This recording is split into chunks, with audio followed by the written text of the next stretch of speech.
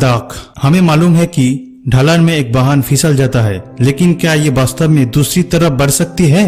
लद्दाख में एक पहाड़ी है जिसे माना जाता है कि मैग्नेटिक। अगर आप अपनी कार पार्क करने के लिए जाते हैं और उस तट पर छोड़ देते हैं जो पहाड़ी पर चढ़ते हैं, ये 20 किलोमीटर प्रति घंटे की गति पर पहाड़ की तरफ बढ़ने वाली सड़क पर चढ़ जाएगा। लोकप्रिय रूप से ये हिमालय वंडर के नाम से जाना जाता है। वास्तव में कुछ जादुई कर्मों की तरह दिखाई देते हैं जो ऑप्टिकल इल्यूशन के कारण होता है। सड़क और पहाड़ को इस तरह से रखा गया है कि ये ऐसा प्रतीत होता है कि ये क्षेत्र एक ऊंचा इलाका है, लेकिन वास्तव में ये थोड़ा ढलान है। इसीलिए जब गाड़ी गियर से बाहर निकलते हैं तो ऐसा लगता है कि ये ऊपर चढ़ रहा है। जो कुछ भी हो, उसके आसपास की पहेली को डिनाई करने का कोई कारण नहीं है।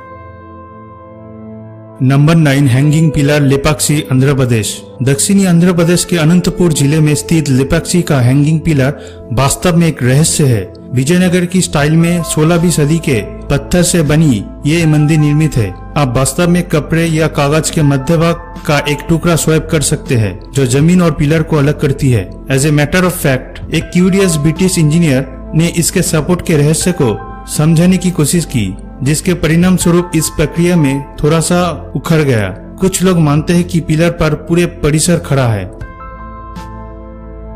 Number 8, living root bridge, Cherrapunji, Meghalaya. Cherrapunji Meghalaya के लिविंग ट्री ब्रिज का नाम यही है। रबर के पेड़ को जड़ कहा जाता है जो कि 3000 फीट तक जाते हैं।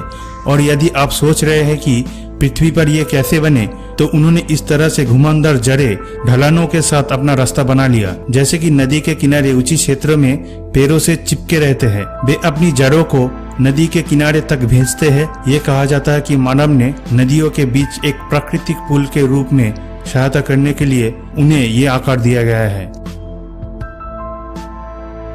Number 7, floating lake, Loktak, Manipur. Bharat के उत्तर पूर्वी लोकटक लेक सबसे बड़ी मीठे पानी की झील है। इसके फ्लोटिंग फुमडीज के कारण इसे दुनिया का एकमात्र अस्थायी झील का नाम दिया गया है। इसकी प्राकृतिक सुंदरता के अलावा ये झील मणिपुर की अर्थव्यवस्था में बड़ी भूमिका निभाती है। Hydro power generation, irrigation, drinking water supply और स्थानीय मछुआरों के लिए जीविका के रूप में सेवा करते हैं। लोकटक पर फुमडीज या फ्लोटिंग आइलैंड का केबुल लमाजो नेशनल पार्क है, जो लुप्तप्राय मणिपुर हिरन का अंतिम प्राकृतिक शरण है।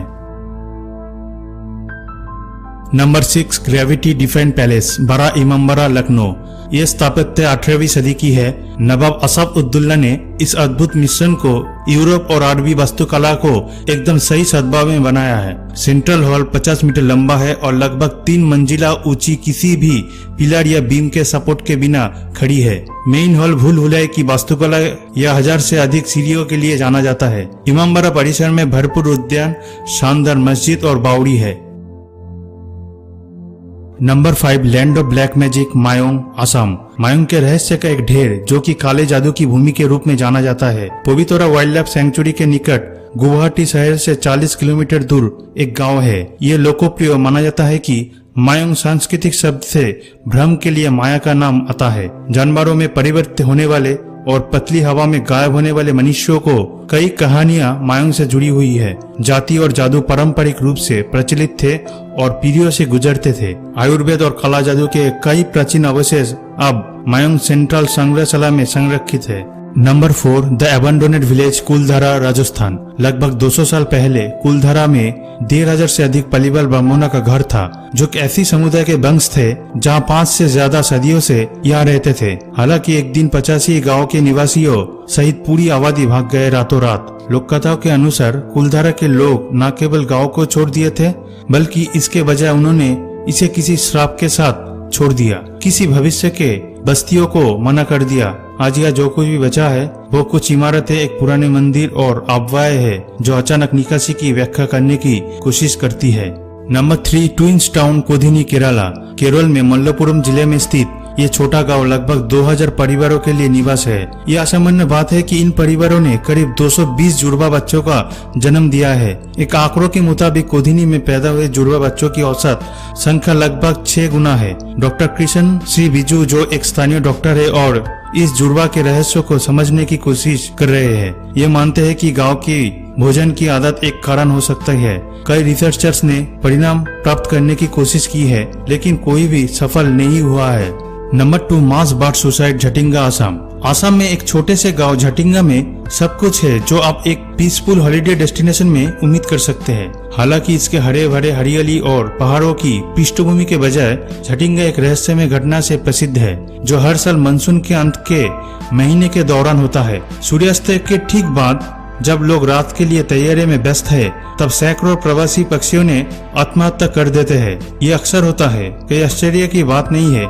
स्थानीय लोग एक डरावना सिद्धांत बताते हैं कि इस घटना के लिए आकाश में बुरी आत्माओं जिम्मेदार है। स्वाभाविक रूप से पक्षी विज्ञानी स्पष्टीकरण से संतुष्ट नहीं है और अपने संग एक वैज्ञानिक सिद्धांत के साथ आए हैं। वे कहते हैं कि घने मानसून कोहरे के समय जब इन घबराए हुए पक्षियों गांव की रोशनी के लिए अपना रास्ता बनाने की कोशिश करते हैं, तो वे पेड़ों और इमारतों को मारते हैं। इसके परिणाम स्वरूप मौत या गंभीर चोटें होती है। हालांकि ये समझने में कोई भी नहीं है कि ये पक्षी रात में क्यों उड़ते हैं और हर साल उसी स्थान पर क्यों फंस जाते हैं।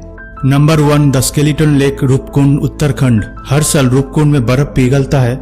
16,500 फीट की ऊंचाई पर स्थित एक ग्लेशियर लेक है, जहां मानव कंकाल के सैकड़ों फ्लोटिंग देखा जाता है। एक फॉरेस्ट रेंजर द्वारा 1942 में फिर से खोजा गया। तब से रूपकुंड झील के कंकाल रहस्यमय से ढका हुआ है।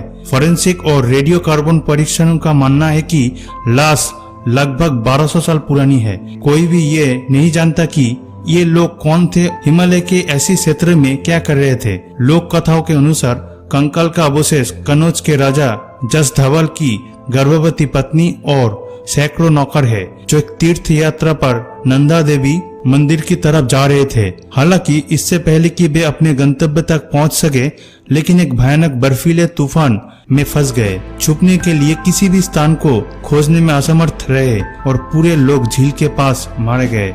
दोस्तों, उम्मीद करते हैं यह वीडियो आपको पसंद आई हो। इस चैनल को सब्सक्राइब करें और इस वीडियो को लाइक करें। धन्यवाद दोस्तों।